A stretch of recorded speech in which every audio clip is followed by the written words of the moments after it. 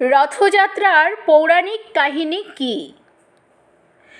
আমরা জানি ভগবান বিষ্ণুর 10টি অবতারের মধ্যে শ্রীকৃষ্ণ হলেন একটি অবতার। দ্বাপর যুগে শ্রীকৃষ্ণ যখন মথুরাতে জন্মগ্রহণ করেছিলেন, তখন আকাশ থেকে ভবিষ্যৎবাণী হয়েছিল শ্রীকৃষ্ণের মামা কংসকে বধ করবেন শ্রীকৃষ্ণ।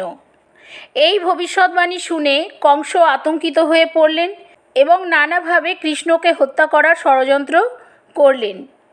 কোনোভাবেই যখন সফল হলেন না, দেখতে দেখতে শ্রীকৃষ্ণের 12 বছর পূর্ণ হলো বয়স। তখন ভগবান কৃষ্ণ ও বলরামকে হত্যা করার জন্য তাদের মামা কংস তাদের মথুরায় আমন্ত্রণ জানান।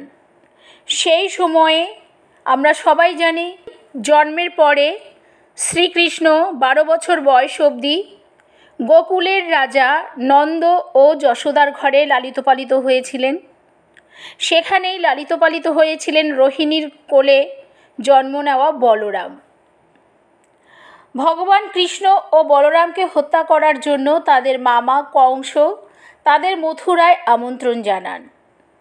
তিনি অক্রূরকে রথসহ গোকুলে পাঠান কৃষ্ণকে নিয়ে আসার জন্যে।